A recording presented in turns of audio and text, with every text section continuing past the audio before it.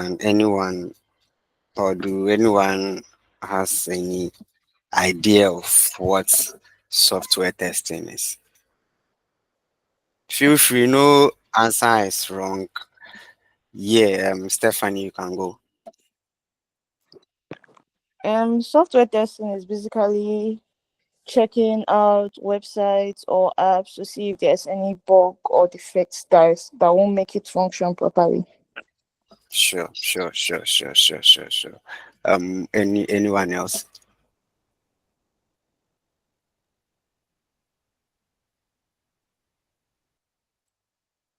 Hello. Is there anyone else or anyone else having a different um opinion? Good morning, everyone. Yeah, good morning. Good Mm. morning. And I can say software testing is the process of evaluating and verifying that the product or application does what it's supposed to do. Yeah, exactly. One more answer, one more opinion, so that's move on.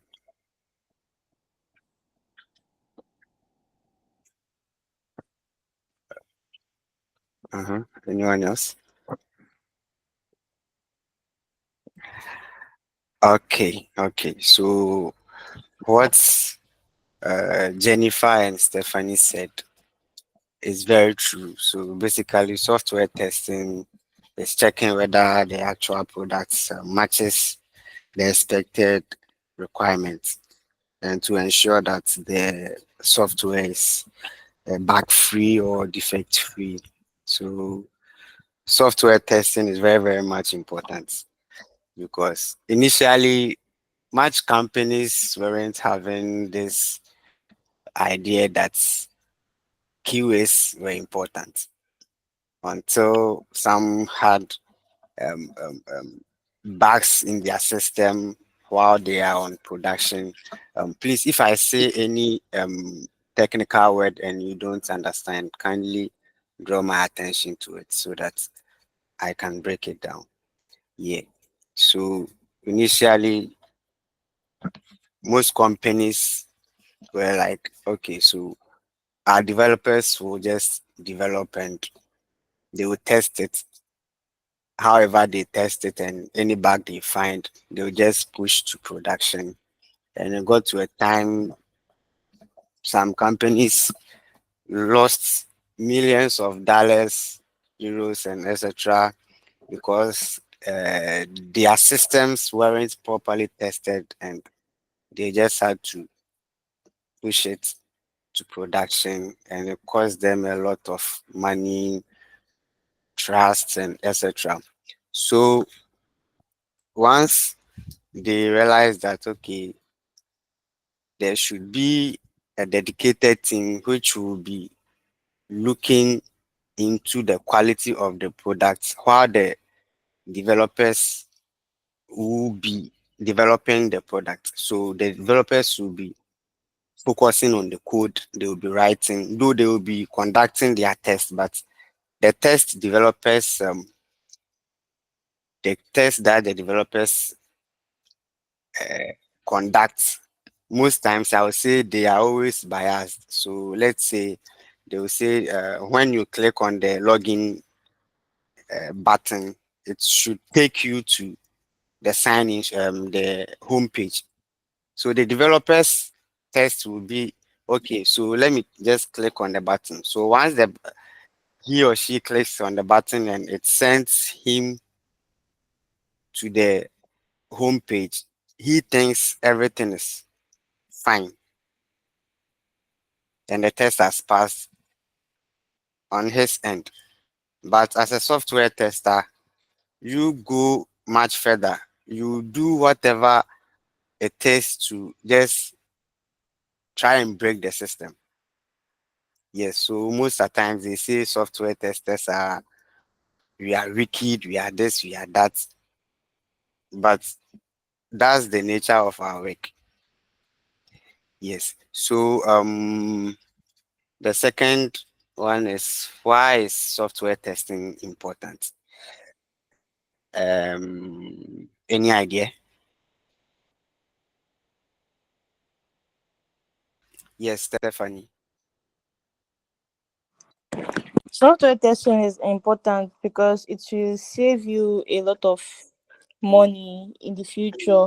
Like, for example, if you discover that there's a bug in an app before launching it or before production, it will save you, like, it will cost you less than when you discover that there's a bug in the production. Like, when the app has already launched and you discover that there's a bug in the app, it will cost you a whole lot of money. So it basically saves you costs, and it's also important because it makes the user experience seamless and easy. Yeah, exactly, exactly. Anyone else?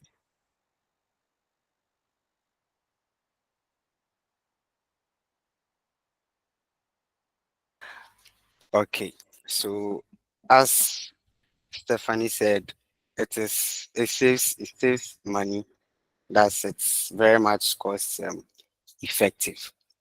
So as she said, when the bug is found or detected in the early stages of the development process, the company wouldn't spend much resources in fixing that bug or defect. But once they ignore it and the bug is found on production, the company might lose a lot of money, and the company will be very, very much at loss, especially these fintech companies. Let's say I'm using this bank app and I see that, okay, I want to make some transaction, and the app is having some glitches in the payment methods. I won't continue to use the app. I'll just forget about it and use the alternative. And in so doing, the company will lose money there. Yeah, so software testing is cost effective. And she also said, Stephanie, please, what was your second point? I said it makes user experience seamless. Yes, it makes user experience seamless. So you, the software tester, you don't test like you are a software tester, but you just pretend to be in the shoes of the um, users. So you test as you are the user, and whatever you simulate whatever the users do, and you just see that, okay, if I'm the user and I do this, or if I am the user and this feature has been designed for me, how would I feel using it? So how you, the tester, will test it, and if you see that, okay, it is very much easier to use, nothing is complex, etc., then you know that, okay, the software will be very much the user experience will be very much appreciated by the users. But if you see that, okay, nothing is going on well when you do this, like, you would have to think, and the developers normally think for the the users to me. When I'm testing, I just see that, okay, users, they know that, okay, when they should do this, but they will find other means to do something that you wouldn't even think of them doing. I don't know if you get me. So let's say, just type your name. A user will say, okay, let me type a number, which shouldn't be so. Yeah, so as a tester, you should make sure that you simulate every action you can think of that the user will perform. And please, if you have any question, you can just raise up your hand so that you come in. And it also ensures product quality. Yes. So you just test it, you find all the bugs. Though you can't find every bug in the system. That one too is there. Yes, you can't find every bug, but at least the most you can find will make the product free from visible bugs, and it will be very much appreciated by your users, and it ensures security as well. As we all know, in this age, we have these hackers and etc. always finding vulnerabilities in systems.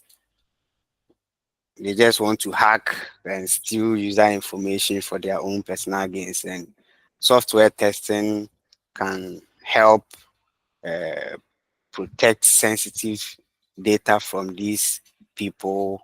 And in so doing, we can gain trust from our users because they know that, okay, whatever information I give to these people or to this in my quest to use this app, whatever information I give here is safe. Yes. And the third point here is, what are the benefits of software testing? I think why it's important and the benefits are almost the same. But in case you have anything, you can just say it so we can move on.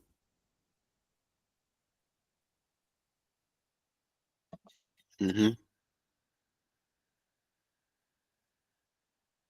Hello. It's basically the same thing. The is let's just say the importance and the benefit are the same. But Yes. one of the most important benefits is it ensures product quality. You can't compare an app that was not tested to an app that was tested, because if an app was not tested by a quality assurance tester and it's launched, there will definitely be bugs in it.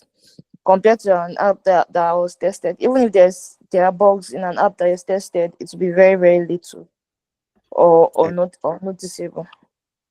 Exactly. Exactly. Exactly. So, is there anyone else or anything else anyone wants to add? Um, as she have said so far, and you, it improve quality, reduce cost, and enhance customer service, risk mitigation. They are still similar. They are the same thing. So there's no difference because all this thing needs to be put together for the app to be okay or for the software to go well. Exactly. Exactly. And the fourth point here to be discussed is the types of software testing. Any idea? This is a discussion. Oh. I'm not just here to just feed you all the information. It should be interactive. So if you have any question, I if think you have any, hello. yes, I think yeah, we have the automatic automated testing and the manual testing. Yeah.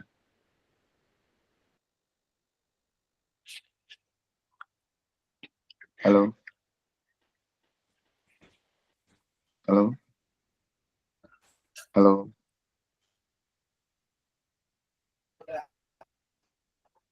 Hello.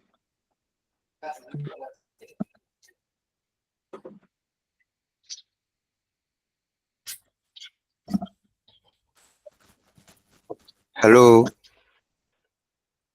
Hello. We can hear yeah, you. We can I hear didn't, you. yeah, I didn't hear what Terrible said. Can you No, I think like say it again? we have the manual testing and the automated testing. Yeah, sure, sure, sure, sure. Anyone else with a different? Yeah, Stephanie. Let's say software testing is divided into two, manual and automated.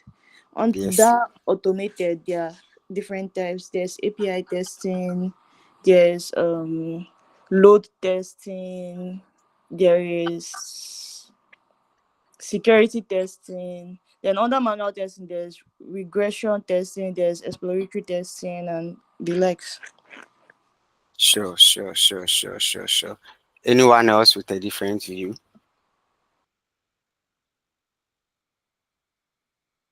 Hello. O- Okay. I think you So have said everything. okay. So as you all said, we have the automated, we have the manual. Yes, and under them, under the manual. Okay, so who can define what a manual testing is? Manual testing is testing the app to just to see if there are bugs or defects in it, recording your test cases, your test scenarios, and giving like comparing your expected result with your actual results. Basically, that's what manual testing is all about. Yes. And what about the automation testing? Anyone else?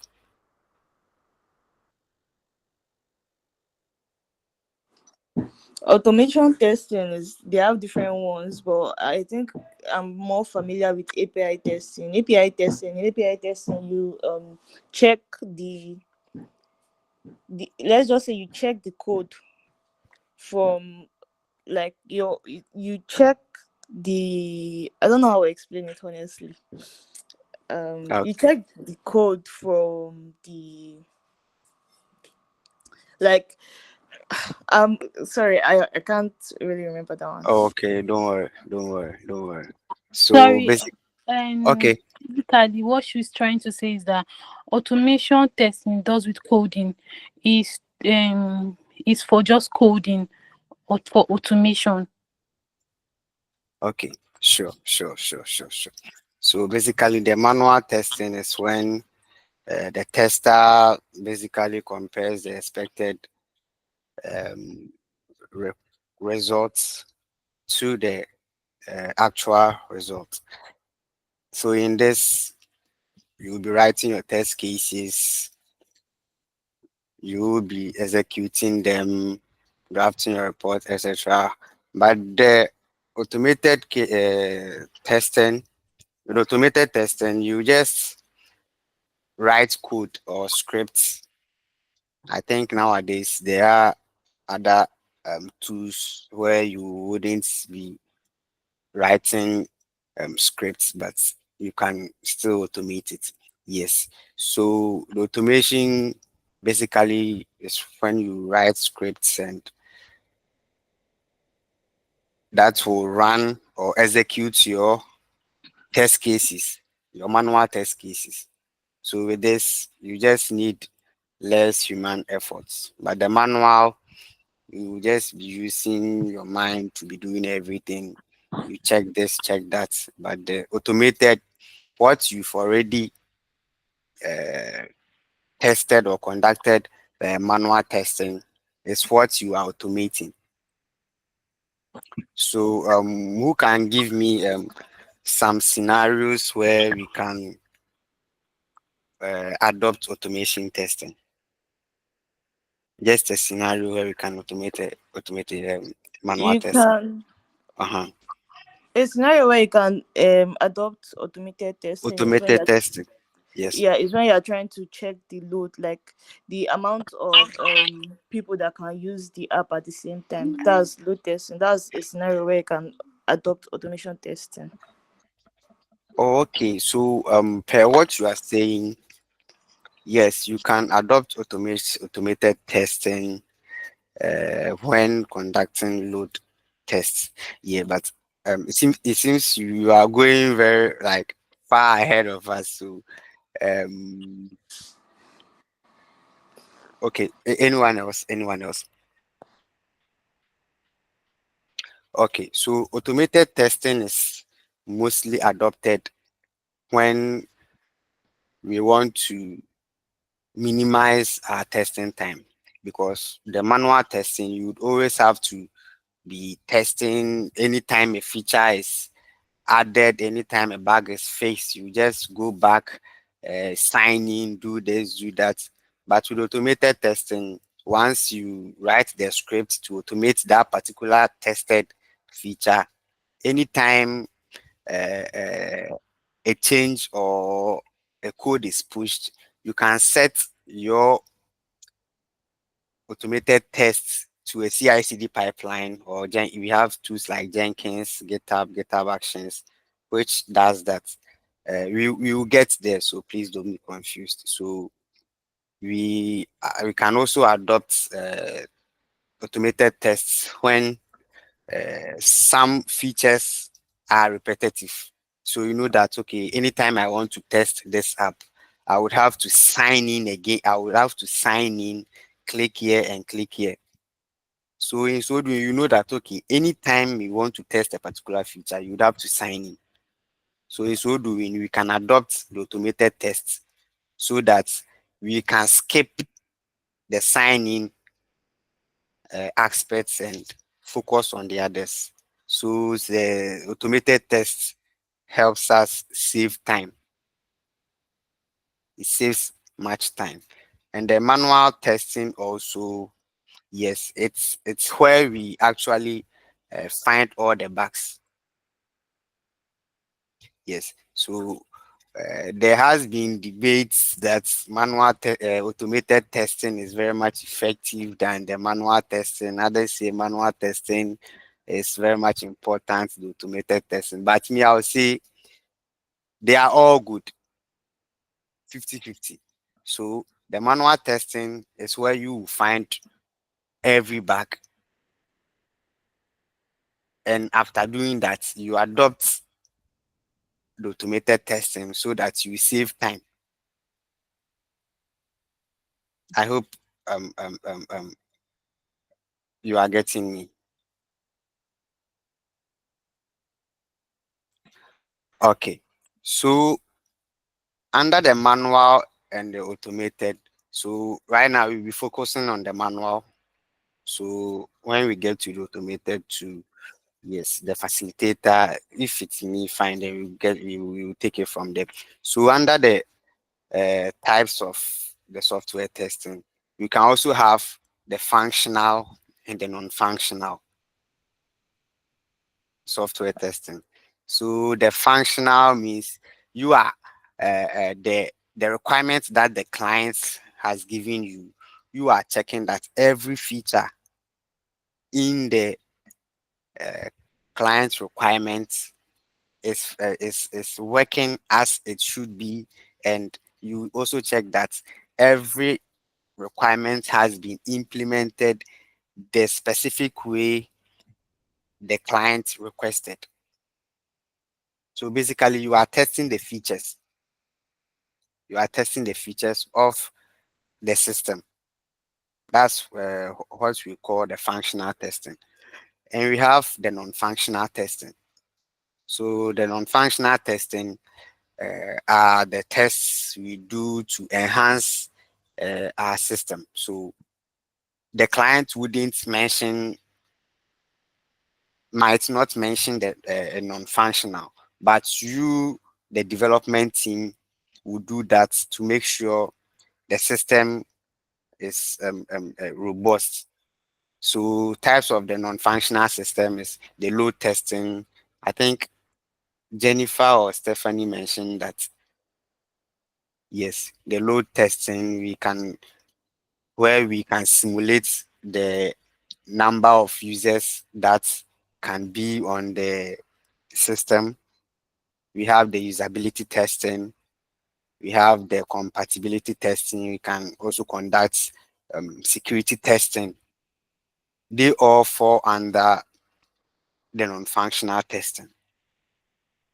Yes, and when we go to the functional testing also, we can have levels of the functional testing.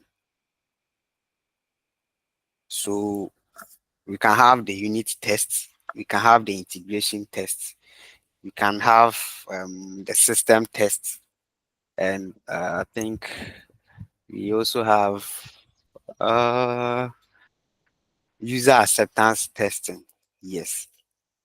So the unit tests, please, if you have any question, you can you can just raise up your hands. Or if I'm talking very much faster, you can draw my attention so that I slow down. Yes. So under the functional, we have the unit testing, integration testing, system, and the user acceptance testing.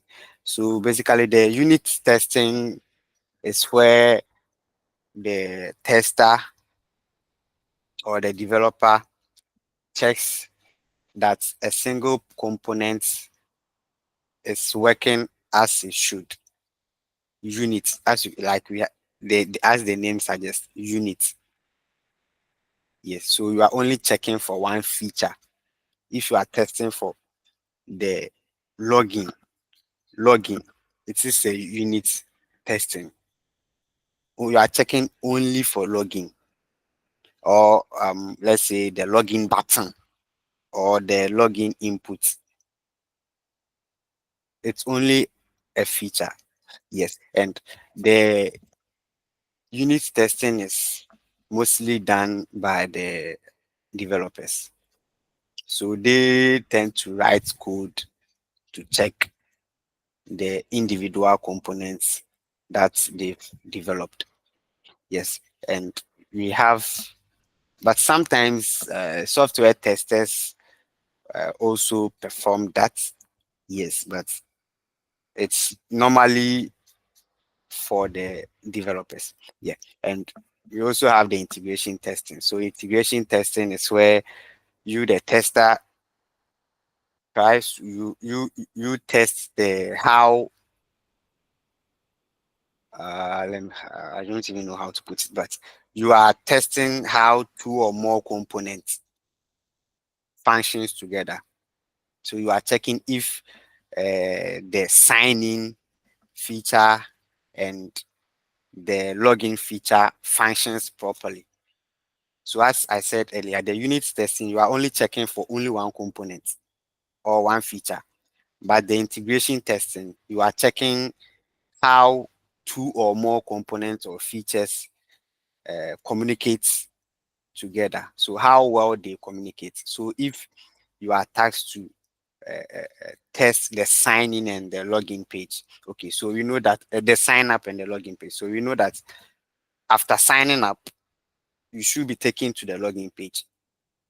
So if you sign up and you are not taken to the login page, there is a bug. Yes. So the integration testing, you sign up, and once you sign up and you are taken to the login page, you know that okay, those two component or features works well together. And you can also add another feature as well. Okay, so once I sign up, I'll be taken to the login page. Once I log in, I should be taken to the home page. So when all these um, features works as planned, then yes, your integration testing is very much okay. Yes, and we also have the system testing. So the system testing, you just conduct end to end. So you start from the first feature to the last feature. So you are testing every feature in the system together. Yes, so the unit testing, you are checking only one.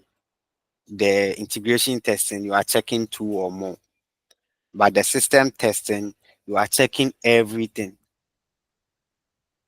You are checking everything. And you also have the user acceptance testing. So the user acceptance testing is where after the system is after the system is designed or developed, the development team gives the system to a group of users. So we can have the alpha test, we have the beta test. So you can choose to give it to the potential users. Let me say it that way. We give the system to potential users to check if the system is working properly and the requirements they give us is intact. Everything is working very much fine. Is there any question?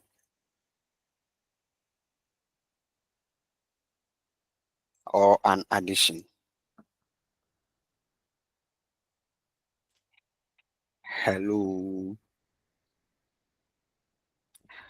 Okay, so let's move on to what does software testers do? What does software testers do? Any opinion?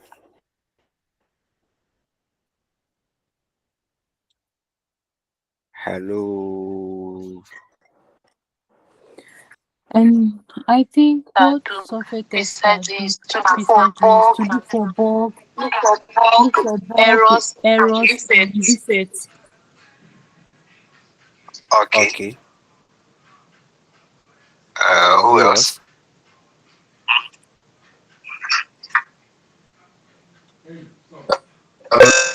Hello, I feel like social sectors check for the quality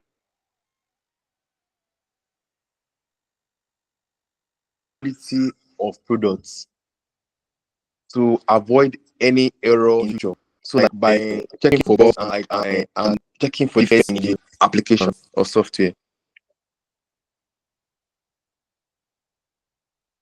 Hello. Okay, that's fine. Anyone else? Yeah, Hello. yeah, that's fine. Anyone else? Hello. Am I audible? Yes, you are. Ah, you Hello. are. Yes, you Yeah, are. yeah. So whatever everyone said is very true. We check that everything is working properly, but as a software tester, your day-to-day work is to first understand requirements. So any requirements your client gives you, it is you, the software tester, your responsibility to understand the requirements very properly. Check that okay, every feature is testable, every feature is realistic. Yes, every feature is realistic, and you should make sure that there is no ambiguity in the requirements documents, and you also write test cases for our requirements. We execute the test cases, we report bugs and retest bugs that has been fixed, or features that had bugs that has been fixed. And we attend meetings, yeah, we attend stand-up meetings, sprint reviews, demos, and other activities in the team. So basically, as a tester, you always be reviewing requirement documents, creating test plans, test cases, etc. We will discuss all of them, the test cases, the um, test plans, and the requirement. We will discuss them. Maybe not today, but some maybe next week. Yes, maybe next week we can discuss that. And the next one is principles of software testing. So does anyone has any idea of what the principles are, or any principle in mind? Um, Early testing saves time and cost. I think it's one of the principle. Yes, yes, yes, And yes, yes, yes, and testing shows presence of defects. Also, is one of the yes. principle. And exhaustive testing is impossible when it comes to software testing. And I think exhaustive testing is impossible because you have to test again and again and again. So it's part of principle of software testing. Yeah, exactly, exactly. Anyone else with a different opinion or addition?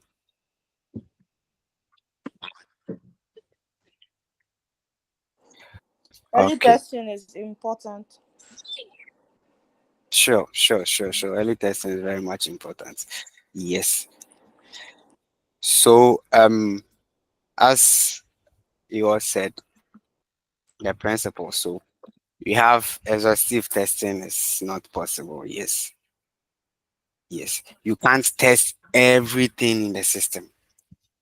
Though you can test um most parts, but you can't test everything.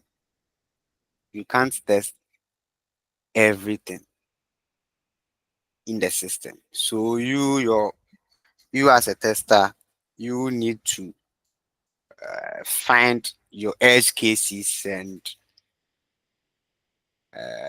let me say the features or the areas that might have a lot of bugs.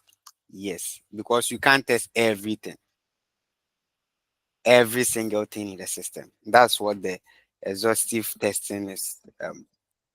It's not possible means. And we have the pesticide paradox. So the pesticide paradox basically means when you use one way or one strategy or one method to test a particular feature again and again and again, it will get to a time you wouldn't find any bugs again from that method you are using. So let's say um, malaria drugs. So anytime you have malaria, you take paracetamol. You'll be taking paracetamol any day you have malaria. And per the research, I didn't do science, so, but per what I know that anytime or when you continuously take one drug for a long time, it will get to a time anytime you get sick and you take that drug wouldn't be effective. I don't know if science students are here, they can clarify that for me. If I'm lying, they should just tell me so that I can find another scenario. Um, did what I say? Yeah, you're right. You're right. Yes, yes, yes. So basically, that's what the pesticide paradox means. So in testing, you should have multiple methods and strategies in testing a particular feature. Yes, and we have defect clustering. So the defect clustering here means that most of the bugs we find in the system are not found anywhere. Like they are found in specific places. So there can be a feature you wouldn't find even one bug there, but you can have a feature that you have like 20, 30, 50 bugs there, while other features wouldn't be having bugs. So it is said that 80% or higher percentage of the bugs we find in our systems or softwares or applications are found in 20% or less of the features. So some features are very, very much innocent. They wouldn't be having any trouble, any bugs. But some features will just be having all the bugs. Every problem you said, okay, this problem is here.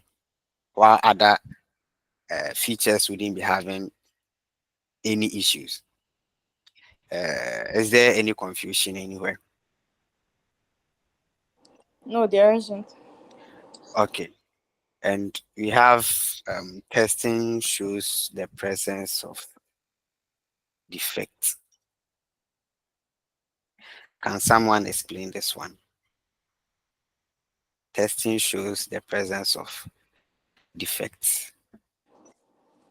Yes, testing shows the presence of defects because if you test an app and a feature is not working properly, during the process of testing, you discover that, and that's a defect. So basically, testing shows the presence of a defect. That's great. Anyone else? Okay. So what Stephanie said is true, and let me add this. You can test a system and you may not find any bug. Yes. Or you can test a feature and you may not find any bug. But that doesn't mean your system is 100% correct. Yes. Maybe you use an approach to test, but you didn't use the different approach to test. Or you can use many approaches to test the system, but you might miss some other approach and you might see that, okay, all the approaches I used didn't find any bug. But that doesn't mean there is no bug in the system. Yes, so that's basically what the testing shows, the presence of defects. And we have the absence of error fallacy. Absence of error fallacy. Any idea about this one? I think it's basically saying that it's almost impossible for there to be an absence of error.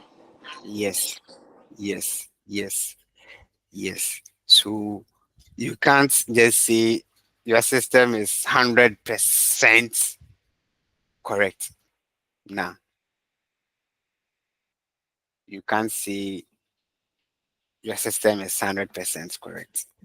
You can say 99.99, but you can't add the 0.001. Every system has a defect. Every system has a defect. As I said earlier, probably you didn't explore every means to test the system. So the strategies you used didn't find didn't find any bug. That doesn't mean your system is 100% correct. Okay, and we have the early testing. I think Jennifer said mentioned that early testing. Yeah, so early testing is very, very, very much important because once the bug is found earlier in the development stages, the development team tend to fix it earlier, which saves time and saves costs. But when we don't do that and we just allow the system to please a minute, give me a minute, I'm coming.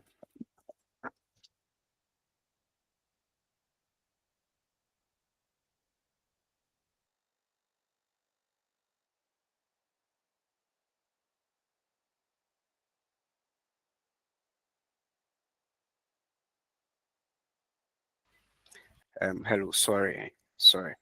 Um, so once we allow the bug to move through all the stages and gets to production, that might cost us a lot of resources and time, money, client trust, etc.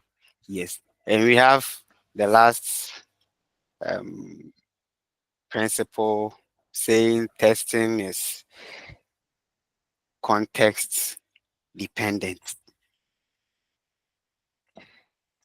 Any idea about this? Testing is Yes. context dependent. You said what? Sorry. Testing is context dependent. Sorry, I don't have an idea about that. Okay, no problem. Anyone with an idea?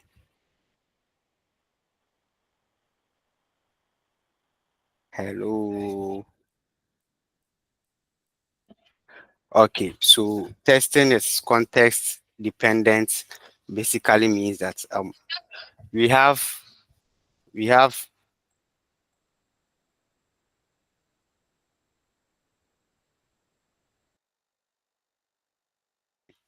yeah, sorry. So testing is context dependent means we have different domains of softwares. We have social media software, we have uh, e-commerce softwares or systems or platforms. We have educational technology systems. We have this, we have that, we have HR management systems. So testing is context dependent, means the way or the strategies you use in testing an e-commerce app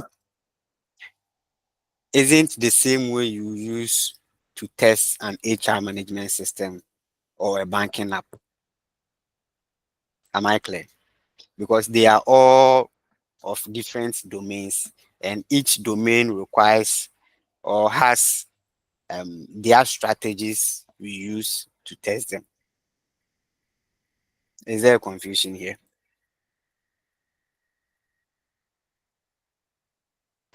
Hello? No. Okay, okay, okay. So let's move on to the is it, yeah, the phases of the SDLC and the STLC. So who can explain what the SDLC means? Software Okay. development life cycle. Okay, sure. So what is it? The software development life cycle is basically the process that a software takes before from the beginning to the end. That is, for example, the first thing is why The building a end. product is that Yeah. you get a project manager to know to build the project requirement and all of that. After getting a project manager, you get your UI/UX designer to design the Plan. app or website. Then after Yeah. getting the UI/UX designer, you get developers that will build the software and QA too that will test the software while building it. Then after that phase, you launch the app to the App Store, Play Store. That's basically the software development life cycle. Great, great, great, great. So as Stephanie said, yes, the software development cycle is the process or the stages developers use to develop a software. Yes, yes. So with that, we have the stages. So the first stage is the requirement. So this is where the stakeholders come together to talk about the features and what they need to be done. And you as a tester, you should be there as well to um, review the requirements and make sure that everything is clear and complete and testable.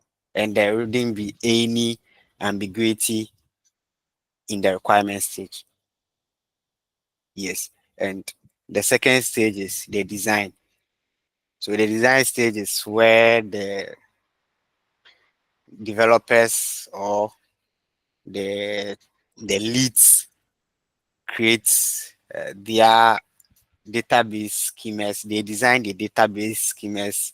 We have the blueprints of our system.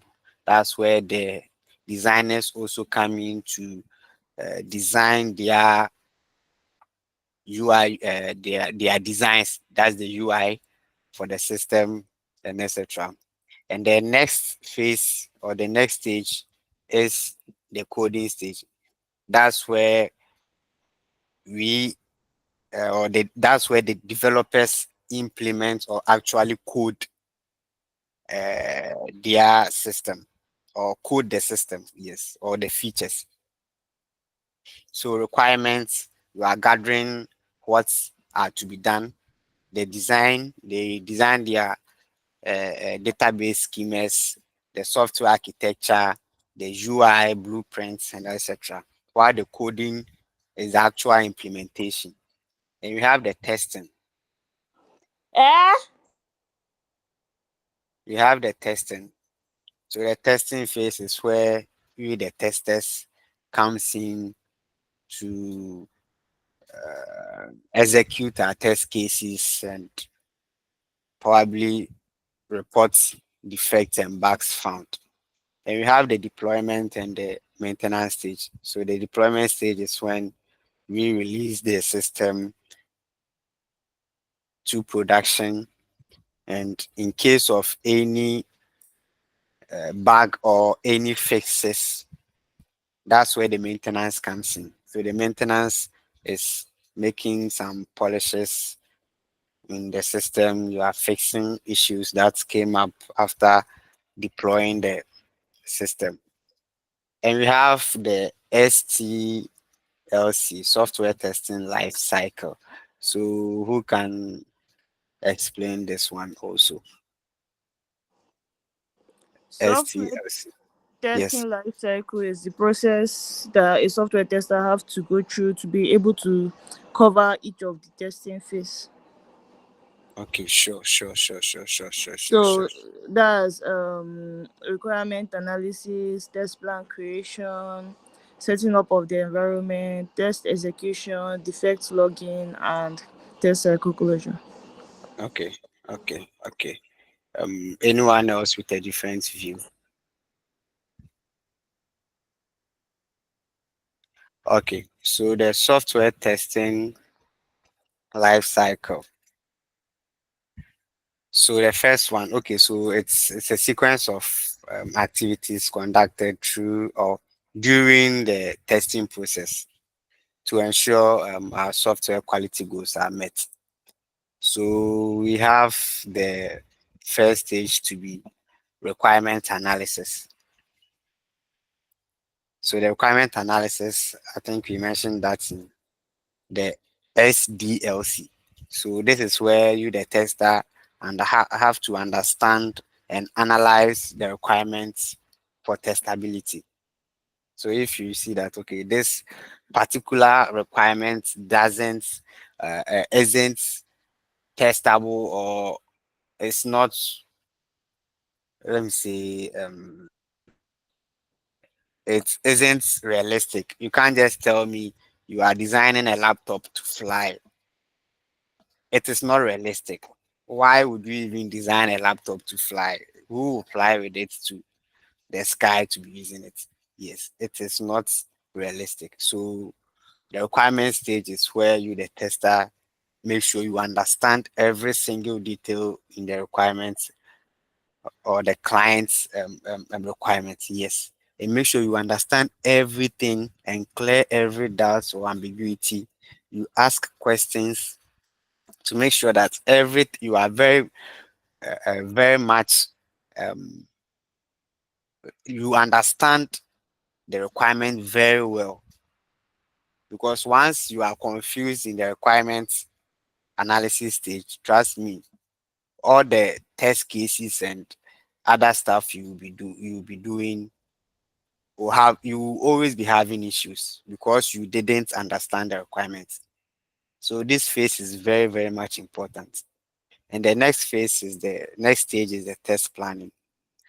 So the test planning is where the tester defines the scope of the testing, the areas they will test, the areas that wouldn't be tested, the resources they will need to test the system. Maybe they will be needing this browser, they will be needing this tool, they will be needing this, let's say, subscription of like any resource they need. Yes, the test planning stage is where they actually state. So you define your scope, resource, the schedule, that's the timelines you'll be using to test, your system, and your objectives, your team. So the team and the roles of every team member, everything you'll be doing in your testing. The test planning stage is where you basically plan everything. Yes, and we have the test case design. That's the next stage. So the test case design is where we create our detailed test cases and test scenarios based on the requirements. So if you didn't understand the requirement, or if you don't understand the requirement, your test cases would be faulty, and in the end, your system, though your system might be working, but there will be errors or bugs everywhere because you didn't understand the requirements. So the test cases you wrote to test your system are faulty just because you chose not to understand or you didn't understand the requirements. Yes, and the next step is the test environment setup. So after understanding your requirements, planning your tests, designing your test case, you set up your environment. So the environment here just means your software, your hardware, your configurations, anything you need, like the preconditions before the testing could be done. So the operating system, the network configuration, maybe you'll be using 4G, 3G, the hardware, maybe you are using um, um, um, Windows, maybe you want to use, you'll be using Mac, you'll be using Android, you'll be using this or that. That's where they come in, the test environment setup. And the next phase is the test execution.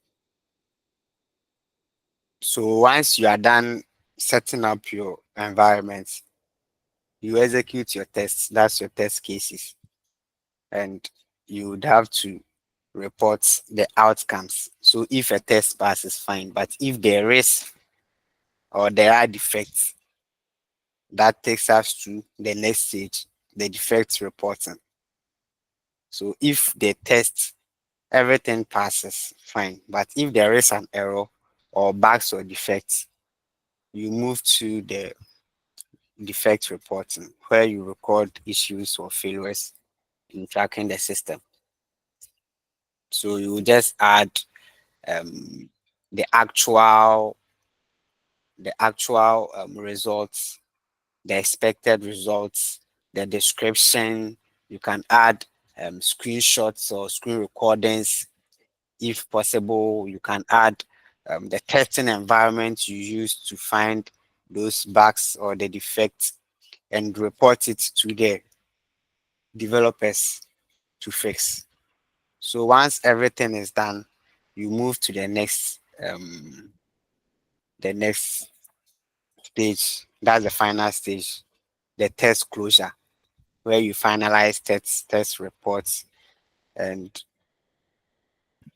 evaluate the testing cycle. So test closure is where you are done with everything. You make sure the system is working, everything is on point.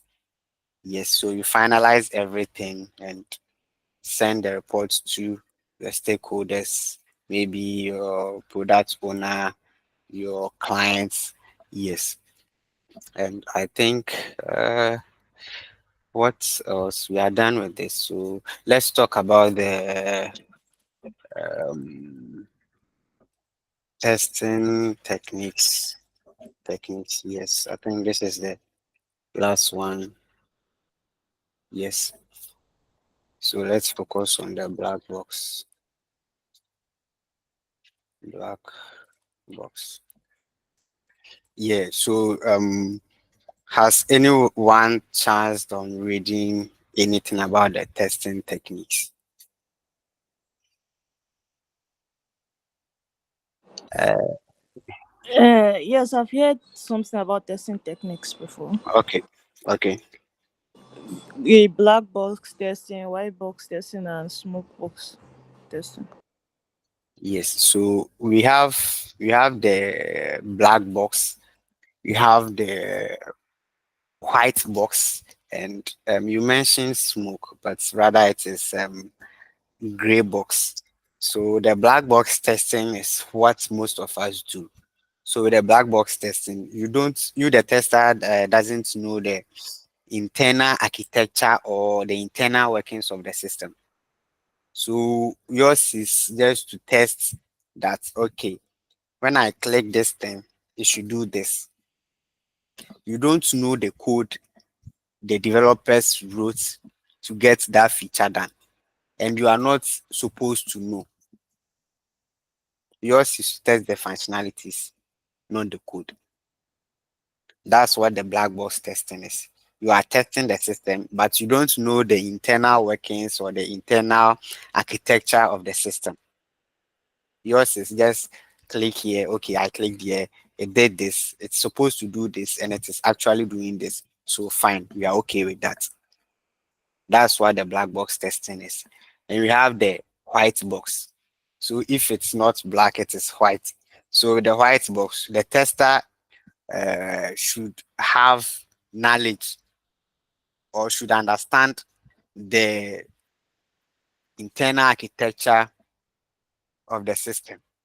So you, the tester, should also know how to code. Like, do test, some of us write codes, but we don't go into or visit the codes of the developers. But with the white box testing, you will be testing the code of the developers to see that everything is optimized. Their codes are optimized for high performance. Their codes are secured for security reasons and other stuff. Yes, so you, the tester conducting the white box testing, should know the or should understand the codes the developer is writing. So let's say they are using React for the front end, and you, the tester, is conducting white box testing for that front end feature. Instead of testing the, let's say, the login, if you are testing the login feature for them, yes, instead of just coming to the web, testing the login, clicking here and clicking there, you actually go to the code instead. You visit the code and test the code and make sure everything is okay there, instead of using the UI to test. Now you will go into the code. And we have the gray box. So the gray box is the combination of black box and white box. So the gray box, the tester will test the UI, yes, and also has basic knowledge about the code the developer wrote. So you'll be testing both the UI and the code. Uh, have I confused anyone?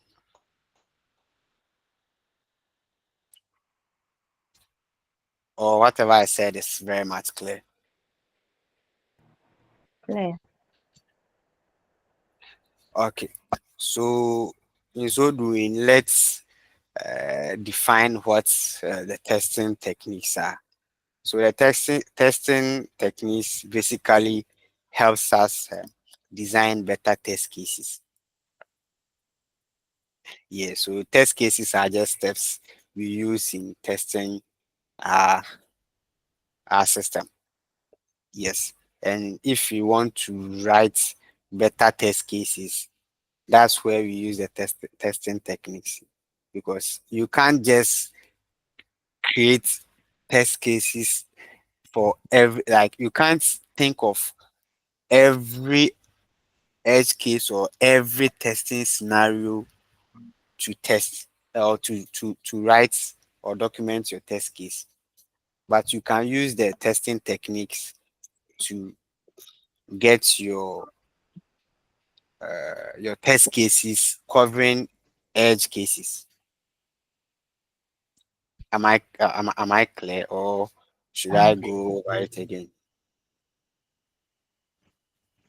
Maybe sir, Yeah, again, please. clear. Again, please. Okay, so the testing techniques helps us design better test cases.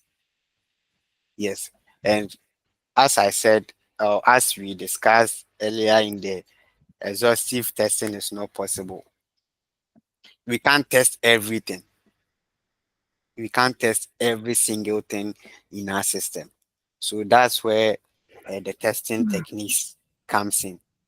So the testing techniques helps us to cover match edge cases, because we can't just start, okay, I'm writing test case for this, I'm writing test case for that. you will surely miss some edge cases. So in using the testing techniques, that's where we cover most of the edge cases in our test cases. Is it clear now?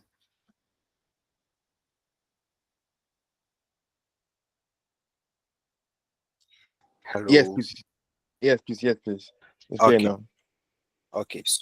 So with the testing techniques, since what we will be focusing on is the black box testing, I would like to just focus on the black box testing so that I wouldn't overload us with much information. So probably after this meeting, you can just go online and read more about the white box testing techniques and the gray box testing techniques.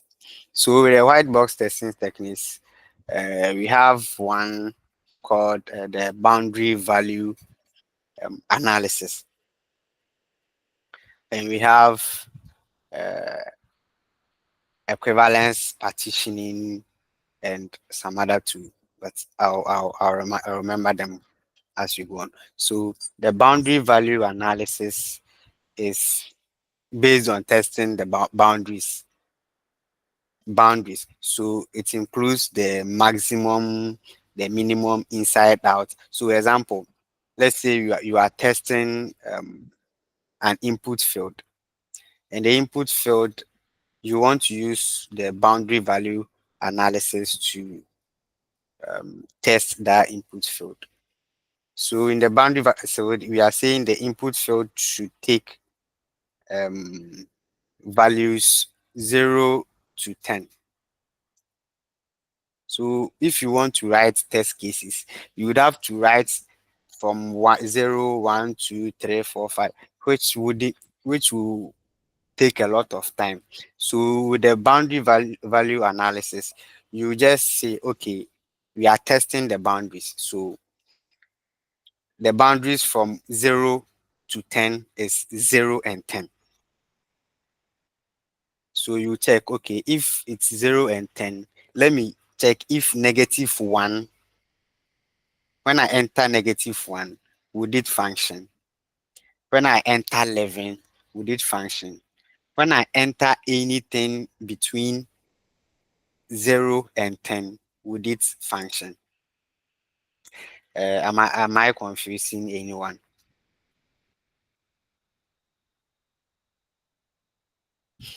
Or am I clear?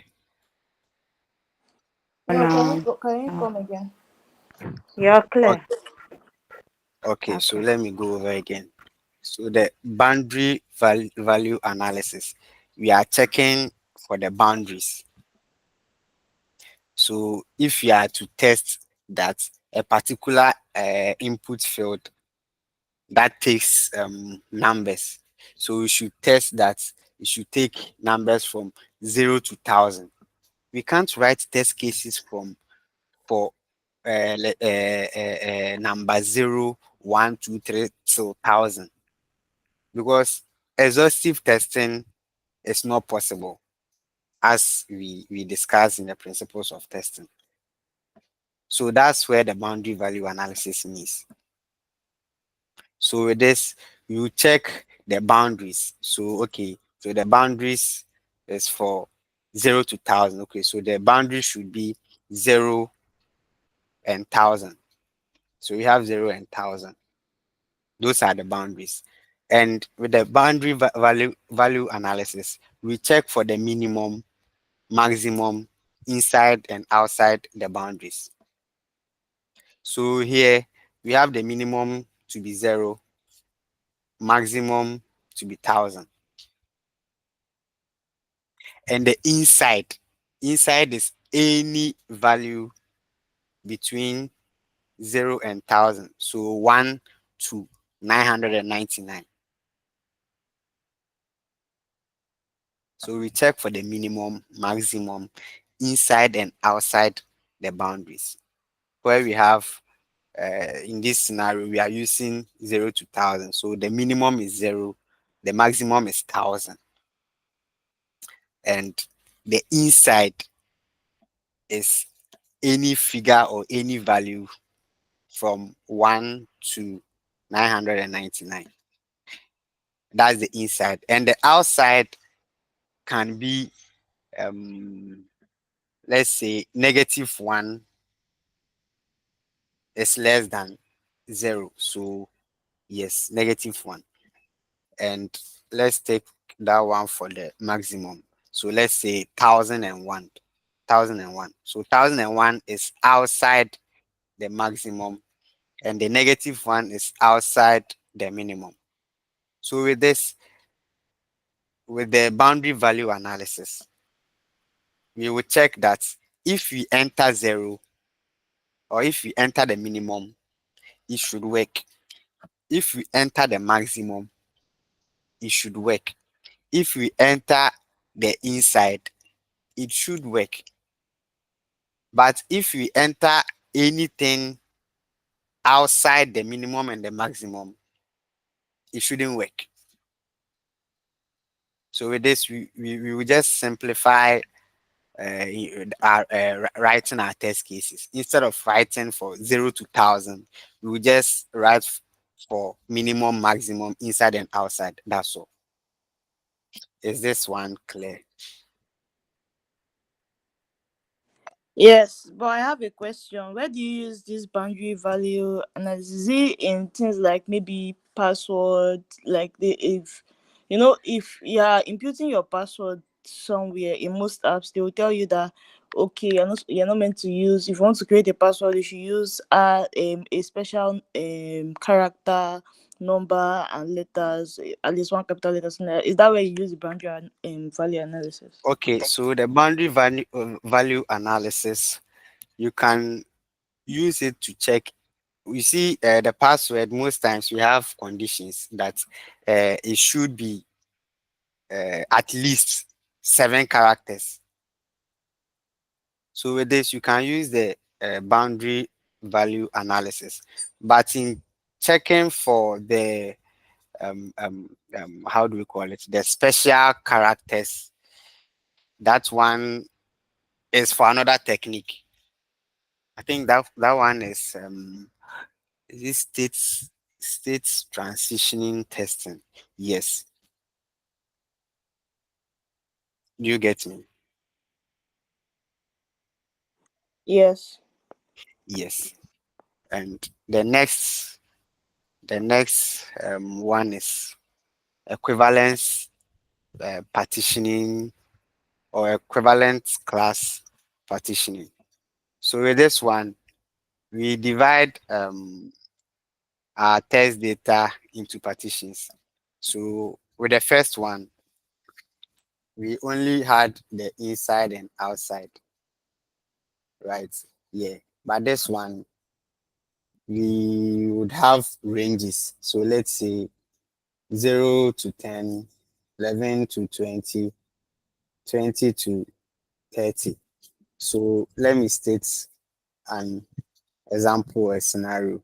So we want to test for input fields, and it says that when we enter any value from 1 to 20, it should work. 21 to 30, it shouldn't work. 21 to 30 shouldn't work. 30 to 40 should work. So with this one, we have the range. So in testing the equivalence class partition, we will say that, okay, so if I use any value in any of the ranges that are valid. So with this one, we have the valid and invalid. So the first one says 0 to 10 figures ranging from 0 to 10 should work, 11 to 20 shouldn't work, and 21 to 30 should work. So equivalent partitioning, you will take the first range and you choose either one or two figures from the first range. and test it against the system to see if it works. So the ranges will just be taking random numbers from the ranges instead of using all the figures in the range. Now you just pick random numbers from the each range and you'll be testing it against the system. So if 0 to 10 should work, I can just decide to choose 5 and 8 and see if 5 and 8, which is inclusive of the 0 to 10, will work. And it's if it says 11 to 20 shouldn't work, I can choose okay 15 and 19 and see if it won't work. Is there any confusion somewhere?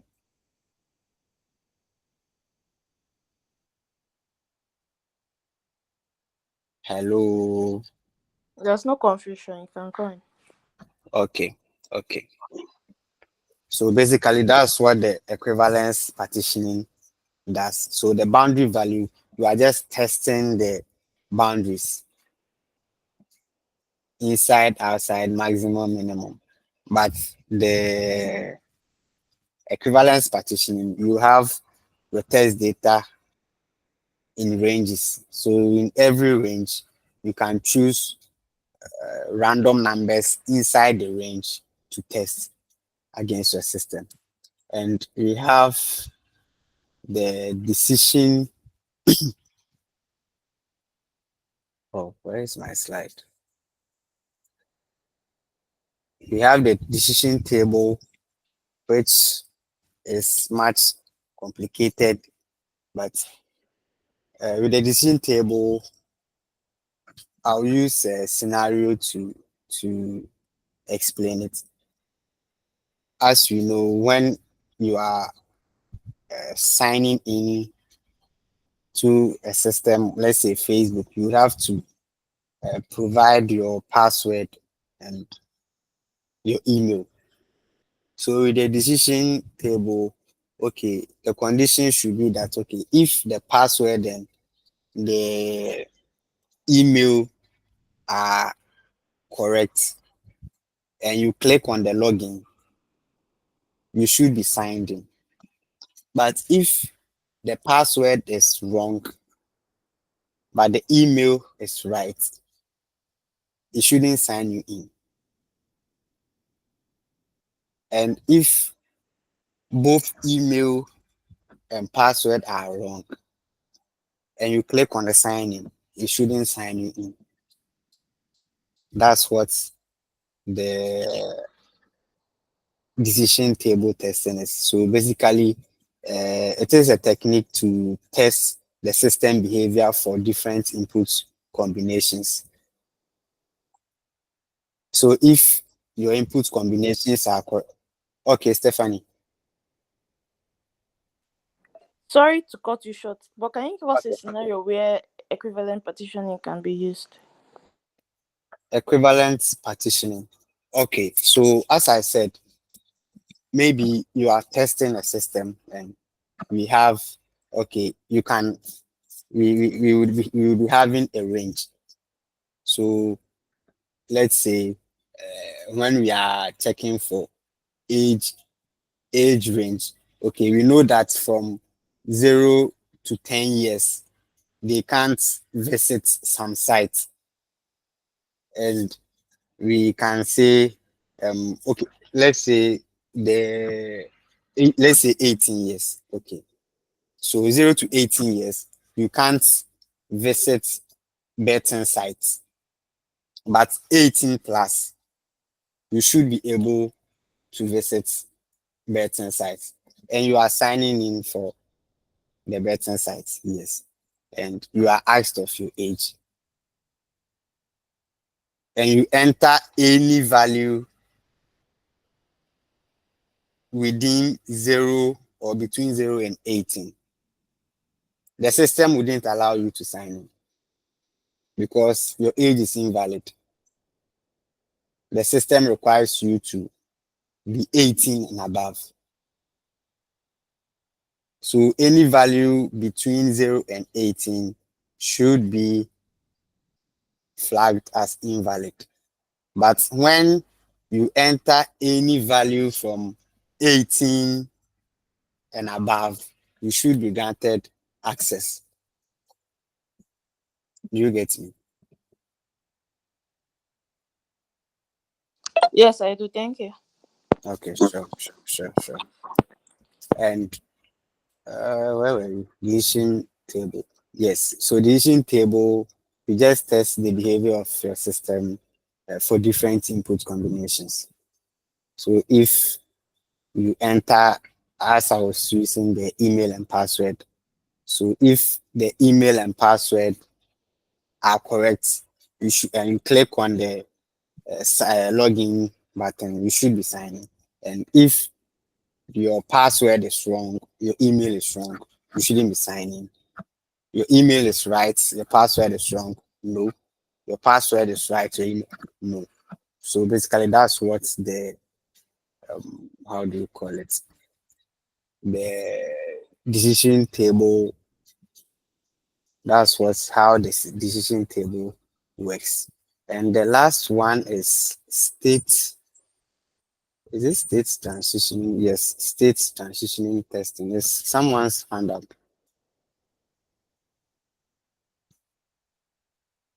Okay.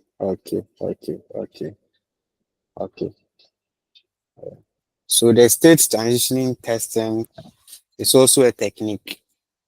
So it is used to test changes made in input conditions. So this one, let me break it down. So it helps us analyze the behavior of an applications for inputs for different input conditions. So let's say we have a system and we are saying if you press if you press start, the system should let me say I don't know how to put it, but once you click on a button, the state of the system should change. That's the state transitioning. So okay, so let's say you want to switch off your PC. You would have to go to start, click on the Windows button or the Windows key. You click on the power and you click on shutdown.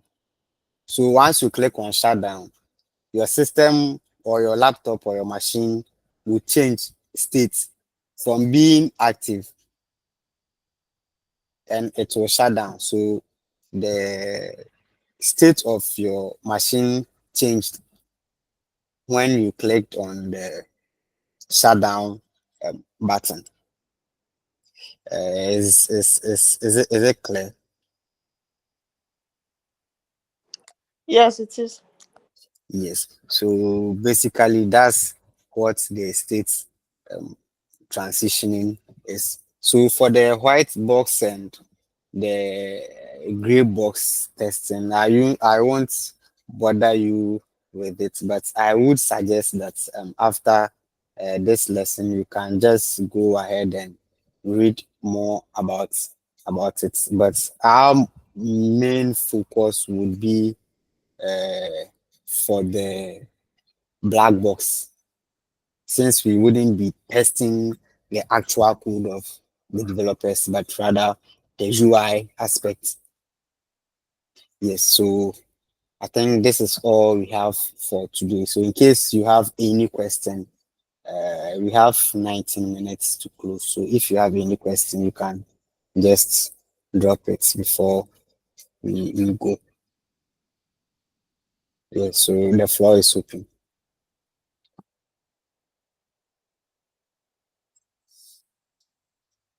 Hello. I don't have any question. Okay. Emeka, do you have any question? Favor, Vivian. No, I don't have any question. I think the introductory class was well explained. Thank you. Okay, okay, okay. Um, No, I don't have any question. It was okay, quite an interesting one. I'm sorry. I okay, wanted to sure, ask sure. if we'll get the recording of this class. Sir? Yeah, I think the meeting is being recorded. So I think Euphemia should Yeah, it, share. it's recorded. It will be on YouTube. You can rewatch it anytime. Okay, sure, sure, sure, sure, sure, sure, sure, sure. And if there is no other question, I think the class is done. But I think some of you are my mentees. I haven't seen the list, but I think some of you are my mentees. Is there any Ghanaian here? Yes. Ah, okay, okay, okay. Vivian. Yeah, yeah. Yes. I thought I was the only Ghanaian. Yeah. No, So you're not. okay, that's very great. Yeah. So today's lesson is officially over. But in case you have any question, you can just hit me up in the group, or you can just send me a personal DM. DM. Yes, and I'll Okay. be glad to help. Yes. Where can we get So your my where can WhatsApp we send name. you a message? Okay. Pardon. I said where can we send you a message if you want to? Okay. I think when you check the list, my name is Lucky Creatives. So when you check the group members, you can see my name over there. Or if you want me to drop my contacts so that would that one be feasible? Or I think any I think question. that's better. So I should drop my contacts, right? Yes, I can save it up on our phone. Okay. 77045 6. Okay. Let me add the country code. Okay. That's 233 2 4. That's 233 2 4 7 7 0 4 4 5 6. Okay. Yeah. So I've dropped my contacts. So yes, I've pinned it. So you can save it. So in case of anything, you can either text me privately or just drop your question in the group, and I'll be very happy to help. So thank you all for your time, and see you next week. And my mentees too, I'll try and reach out to you so we can know our way forward. So if there is no question, I would like to end the meeting. Thank you very much. Thank you. You're welcome. Okay, Bye. bye. Please, if you attended this class, help me drop your name in the group, in our group. Thank you. All right, all right.